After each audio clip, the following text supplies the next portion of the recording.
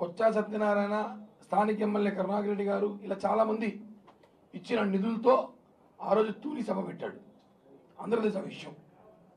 అప్పుడు కేసుల్లో కూడా చాలామంది కాపులు బలి చేశారు. ఈ ప్రభుత్వం రాగానే ఆ కేసు కొట్టేశారు. అప్పుడు చేయించిన ఘనత అంతా అయిందే. ఆయన ఏమైనా మాట్లాడితే చంద్రబాబు గారు నన్ను నా కుటుంబాన్ని హింసించాడు అంటాడు. జగన్మోహన్ రెడ్డి ఏం చేశాడు? ఈ 5 నెలల్లో 5 కోట్ల మంది రాష్ట్ర ప్రజలు హింసించాడు. అంటే నువ్వు గొప్ప, ప్రజలు గొప్ప. ముద్రగడ్డ పద్మనాభం గారు మాట్లాడుతూ ఆయన మందరి తాతలాంటి వయసు చాలా పెద్దడు కాబట్టి పవన్ కళ్యాణ్ గారు రాజకీయ భవనాలు రావు అన్నాడు. సరే నీకు వచ్చు కదా, నువ్వు ఎందుకు పార్టీ పెట్టలేదు?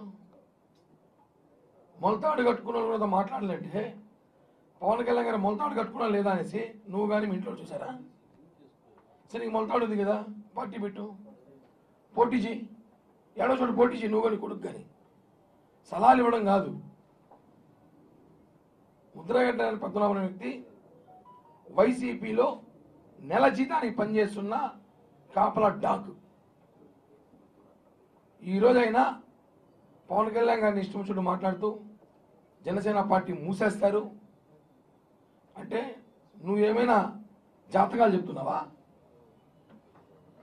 ఏదైతే జగన్మోహన్ రెడ్డి దగ్గరికి వెళ్ళి ఇప్పుడు నువ్వు కండువా కప్పుకున్నావు, ఏం హామీ తీసుకున్నావు? పాలేరు పనిచేసే గతంలో ఎవరైతే నాని ఈ బ్యాచ్ ఉన్నారో వాళ్ళతో పాటు నువ్వు యాడ్ అయ్యావు అంతే. కొత్తగా మీరంతా పీకేది ఏమీ లేదు.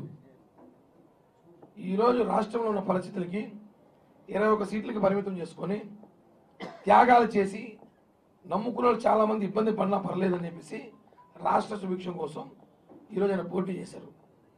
ఆ విషయం పక్క పెట్టేసి పవన్ కళ్యాణ్ గారు కాపులు ద్రోహి అంటే మీ వెనక ఎంతమంది కాపు నేతలు చెప్పండి, ఒక మీటింగ్ పెట్టండి. నిన్న ఆయన చేరుతూ సెక్యూరిటీ రీజన్ వల్ల ఒకడే వచ్చినాడట. సెక్యూరిటీ రీజన్ వల్ల పిఠాపురం నుంచి తాడేపల్లికి ఒకడే వచ్చాడంట. నీకు తెలుసు నీ వెనకాల ఎవరు లేరని, మళ్ళీ అసో ఎందుకో? ఒకటే చెప్తున్నాము, ఎర్రామ జోగయ్య ఆ కాపు సంక్షేమ సేన పెట్టాడు. ఏం జరిగింది చూసాం మనందరం. పవన్ కళ్యాణ్ గారిని సైడ్ ట్రాక్ తీసుకెళ్ళి ప్రయత్నించినారు, వర్కౌట్ కాలేదు, ఎత్తేనాడు సంక్షేమ సేన. చూసాం, సేన ఎత్తేనాడు.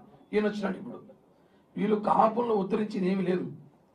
కాపుల కోసం నిజంగా ఉత్తరించాలంటే పవన్ కళ్యాణ్ గారితో పనిచేసి ఉండాలి వీళ్ళు. పవన్ కళ్యాణ్ గారు చంద్రబాబు గారు 40 సీట్లు తీసుకో, 70 సీట్లు తీసుకో, అదే సలహా ఇప్పుడు జగన్కి ఇవ్వచ్చు కదా. మాకు షేర్ ఇవ్వండి, మా పదవులు ఇవ్వండి. కాపు రిజర్వేషన్ కోసం మీరు పోరాడతారు. ఇప్పుడు ఏమైనా అవన్నీ వదిలేసి మొలతాడు రాజకీయం మాట్లాడతాడు. ఈయన వీళ్ళ కుటుంబ సభ్యులైన మొలతాడు చూసినట్టు. మీకు ఎందుకు? నీకు మొలతాడు, నీ కొడుకు మొలతాడు ఉంటే ఓ పార్టీ పెట్టు, కాపులంతా నీ పక్కన చేర్చుకో, లేదా కాపుల కోసం ఉద్యమం ఇప్పుడు చూద్దాం. ఆ రోజు జగన్మోహన్ రెడ్డి పంపించిన అన్ని కులాలు మనుషులు అక్కడ పెట్టుకొని నువ్వు కాపుల ఉద్యమం చెప్పి ప్రజల్ని మోసం చేస్తావు. నా కుటుంబం నాశనం చేసి చంద్రబాబు అన్నావు. జగన్మోహన్ రెడ్డి అన్ని కుటుంబాలు నాశనం. ఈరోజు ఇవన్నీ మాట్లాడాలి. ముద్రగడ్డ గారిని చెప్తున్నాం, ఇంకొకసారి కానీ పవన్ కళ్యాణ్ గారిని ఇచ్చినట్టు మాడితే పిచ్చికి ఒక్కడిని కొట్టడు కొడతాం. పవన్ కళ్యాణ్ గారిని ఒక మాట మాట్లాడినా. ఎందుకంటే ఈరోజు రాష్ట్రంలో పరిస్థితి చూస్తున్నాం. కాపులు ఎవరు అయిపోయినారు, బీసీలు ఎవరు అయిపోయినారు అందరూ తెలుసు. మేము ఇంకా హద్దు దాటి మాట్లాడగలం, కొన్ని విషయాలు కూడా మాట్లాడగలం, అవి మాట్లాడగలం బాగోదని చెప్పి ఒకటే హెచ్చరిస్తున్నాం. ఎవరైతే ఈ తాతలు ఉన్నారో ఇద్దరు తాతలు చెప్తున్నాం, మీరు కులానికి పనికొస్తే పని చేయండి, అవసరమైతే ఏదైనా మంచి సలహాలు ఇవ్వండి మాలాంటి యువతకి. అంతేగాని మీరు మమ్మల్ని చెడుదోవలో బట్టి చెడగొట్టి జగన్మోహన్ రెడ్డి ట్రాప్లు మీరు పడినట్టు మనం పడాలని చూస్తే మాత్రం ఒప్పుకునే ప్రసక్తి లేదని చెప్పి కూడా హెచ్చరిస్తున్నాం.